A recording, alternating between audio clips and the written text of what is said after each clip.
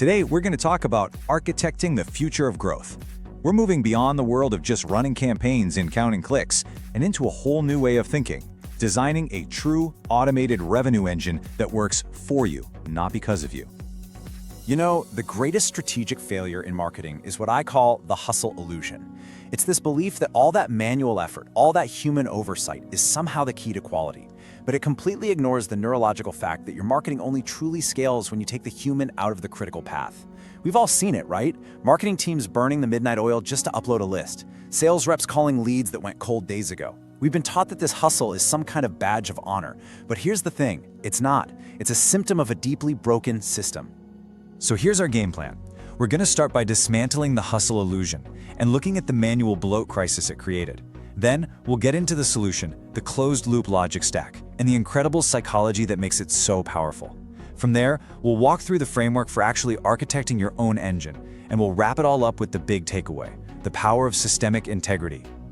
Okay, let's dive right into this first big idea. We're looking at hustle not as something to admire, but as a massive strategic mistake. And here's why.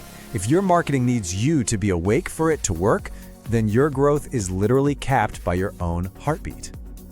This slide just lays out the two mindsets perfectly.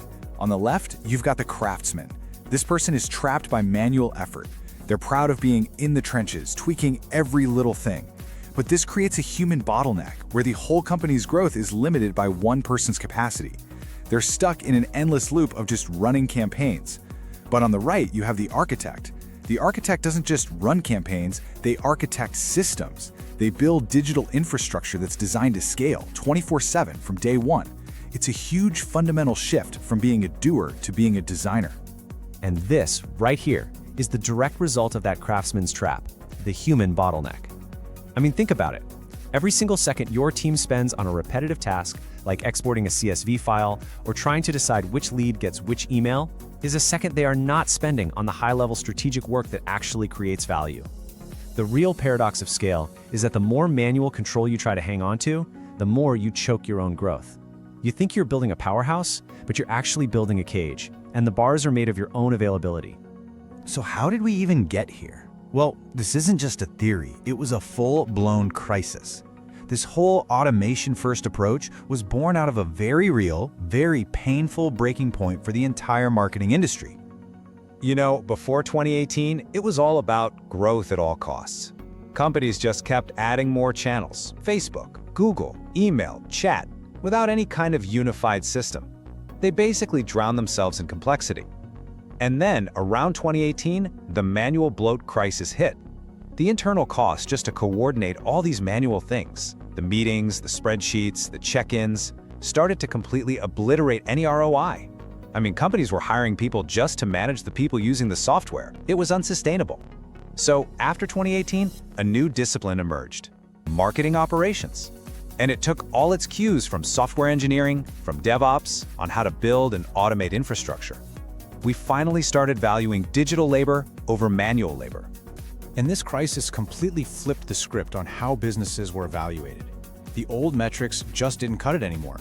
Investors saw this crippling inefficiency and they started asking a new, much sharper question. And that question all came down to this one metric, revenue per employee. This became the non-negotiable proof of a company's health. It doesn't care how big your team is, it measures the efficiency of your system. Investors realized that a lean company with a soulless machine that could nurture leads and trigger sales calls 24/7 was way more valuable than a huge, talented team stuck in a manual loop. Suddenly, the goal of marketing wasn't just to produce assets, it was to build a self-sustaining revenue engine. So what does this engine actually look like under the hood? It's not just a workflow or a simple to-do list. The closed-loop logic stack is a complete, self-reinforcing architecture designed to run on its own. At its heart, the stack is an automated system that basically observes, thinks, and then acts. It processes what a user is doing in real time and delivers a perfectly timed, perfectly relevant response, all without a human ever having to click a button. It's about outsourcing all that repetitive decision-making to the machine so you can finally focus on the big picture. This architecture is built on 3 distinct layers that work in sequence. The easiest way to think about them is as the senses, the brain, and the voice of your entire operation. Each layer has a very specific job to do, and together they create this seamless flow of information and action. Let's break this down. The signal layer, that's your eyes and ears. It tracks every important user event. A page view, watching 75% of a video, submitting a form. The second that signal comes in, it's passed to the logic layer. Now this is the brain. Think of it like a super smart flowchart with a bunch of preset rules that decides what to do next based on what the user just did. So, for example, if a user watched your demo video but didn't sign up, the logic layer doesn't wait. It instantly triggers a specific action. And that action activates the execution layer, the voice. This could be anything from delivering a case study on LinkedIn to sending a targeted email 12 hours later. It's a living, breathing, responsive system. Okay, so here's the million-dollar question. How do you measure success in this new world? You stop measuring hours worked and you start measuring systemic yield. You're no longer looking at human input, you're measuring the automated output of the entire architecture. Your dashboard doesn't show you how many emails your team sent, it shows you the conversion rate between the different logical steps in your system. It's all about being effective, not just busy. Okay, this is where things get really interesting. This system doesn't just work because it's efficient. It works because it masterfully taps into some deep-seated principles of human psychology. We're about to move from the technical how to the behavioral why. Let me just ask you a question. Why is it that an automated 60-second response to a new lead feels so much better, so much more impressive than a thoughtful, personal call that comes 3 days later? Well, the answer is all about how our brains are wired. What happens is this incredible chain reaction we call the halo of competence. When that instant automated response lands, it triggers what psychologists call the recency effect.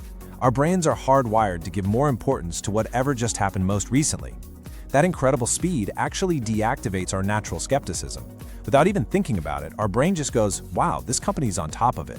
And in that single moment, you're not just being fast, you are implanting a perception of deep competence and reliability.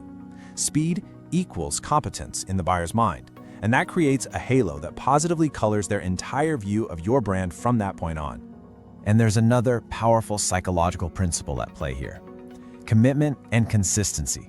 By automating a series of these small, helpful, low-friction interactions, like sending the perfect article right after they download something, you get a bunch of tiny yeses from the user. And research shows that every small yes makes the next, bigger yes psychologically easier to agree to. They don't feel like they're being sold to, they feel like they're being intelligently guided.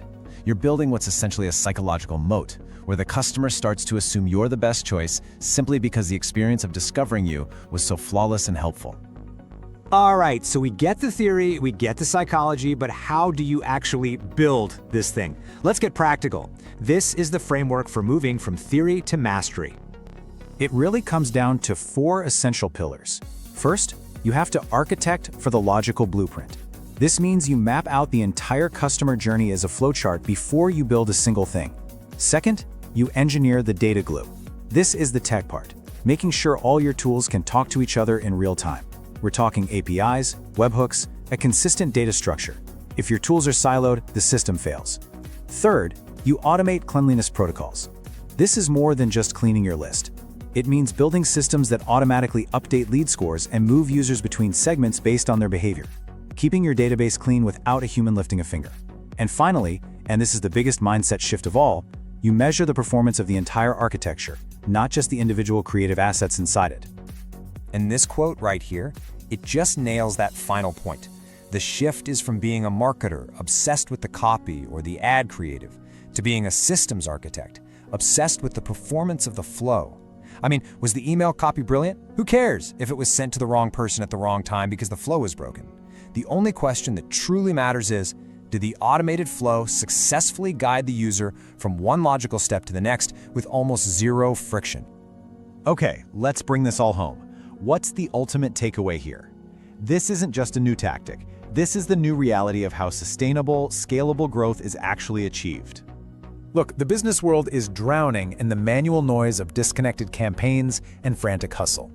In an environment like that, a well-architected system, one with true systemic integrity, is the only thing durable enough to actually survive and thrive. It's like a power plant. You spend your time maintaining the machinery, not trying to hand-deliver electricity to every single house. And that's really the beautiful outcome of thinking like an architect. Because the system is so responsive and so relevant, it never feels forceful. The user doesn't feel like they're being pushed through some rigid one-size-fits-all funnel. No, They feel like they're being pulled towards something valuable, guided by a system that seems to anticipate their every need. You stop being just another choice, and you start becoming an essential part of their journey. And I want to leave you with this one final thought. Manual effort, that produces linear results. You work an hour, you get an hour's worth of output. A system, however, can learn. By analyzing the data from your automated flows, that systemic yield we talked about, the architecture itself actually gets smarter. You can see which paths are working best and double down, and you can see which ones are causing friction and fix them. True, exponential scale doesn't come from working harder. It comes from building a system that learns, adapts, and grows all on its own.